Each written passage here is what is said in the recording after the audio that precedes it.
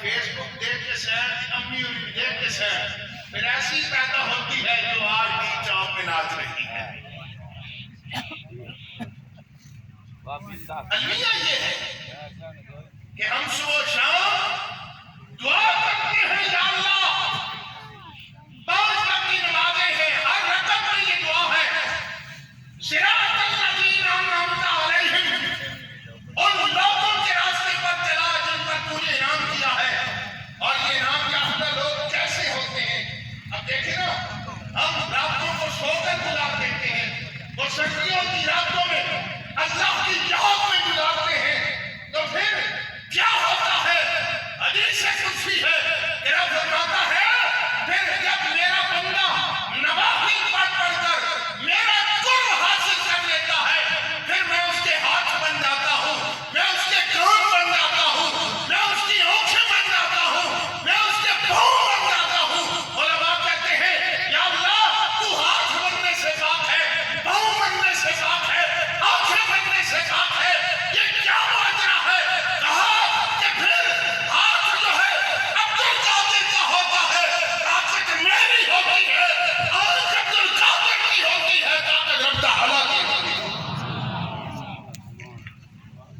پھر یہ مقام آ جاتا ہے وَإِنْ سَأَلَنِي لَأُعْطِيَنَّهُ رب فرماتا ہے مجھ سے وہ جو مانگتے ہیں میں انہیں عطا کر دیتا ہوں.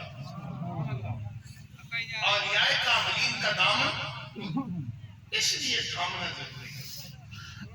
قبلہ پیر سید بشیر حسین شاہ صاحب رحمۃ اللہ علیہ کوئی جاگیردار نہیں وزیر اعظم نہیں رہے صدر پاکستان نہیں رہے.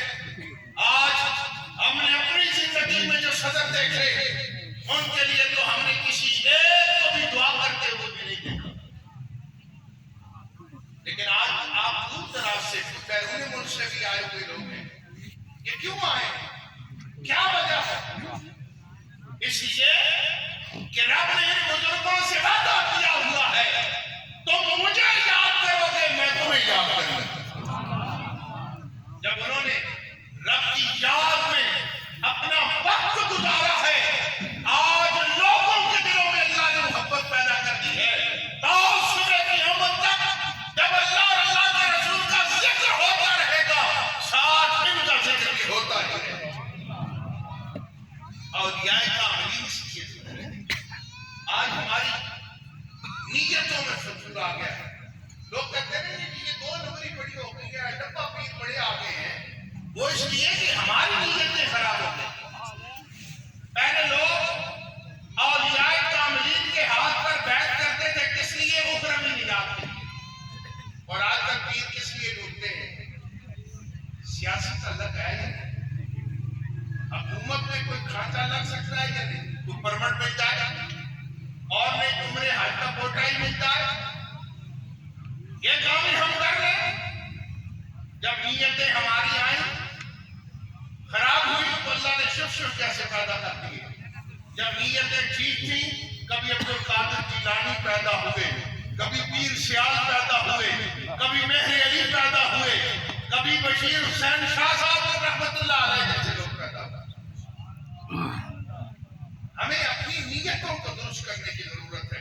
اور یہ بات یاد رکھیں تمام چیزیں اپنی جگہ ہیں لیکن عقیدہ ختم نبوت کا تحفظ اور ناموس رسالت کا تحفظ جو ہے وہ ہر مسلمان کی اولین ذمہ داری ہے. ہم لوگ اس مسئلے کو سیاسی مسئلہ بنا بیٹھے. یہ ہرگز سیاسی نہیں یہ ایمانی مسئلہ ہے. اگر ختم نبوت کا مسئلہ نہیں پتا اور اس کے لیے ہماری زبان نہیں کھلتی ہمارے قدم نہیں چلتے. آج دیکھیں کتنا ظلم عظیم ہے. کسی ایک اینکر نے بھی کہا کہ ایمبولینس سے نہیں آ رہے بچے سکول نہیں جا رہے کاروبار بند ہو گئے ہیں خواتین دفتروں میں نہیں پہنچ سکتی. کسی نے کہا اور اگر ناموس رسالت کے لیے اگر یہ دھرنا ہوتا تو سب نے بک بک کر دی تھی. یہ بہت بھی بڑے دہشت گرد ہیں یہ بڑے بے وقوف ہیں دیکھو نہ راستے بند کیے ہوئے ہیں انہیں بالکل حیا نہیں. آج ہم انجوائے کر رہے ہیں ہم دیکھ رہے ہیں تماشا، پولیس والوں کی چٹائی ہوتی ہے، ہم تب بھی مسکراتے ہیں، اور جب قومی یوز کا لگتی ہے تو پھر ہم تب بھی مسکراتے ہیں، اس لیے کہ دونوں ناموں سے رسالت کے غدار ہیں، دونوں غدار ہیں۔ حضور کی بات آئے امتی خاموش رہے، اور سیاسی لیڈر کی بات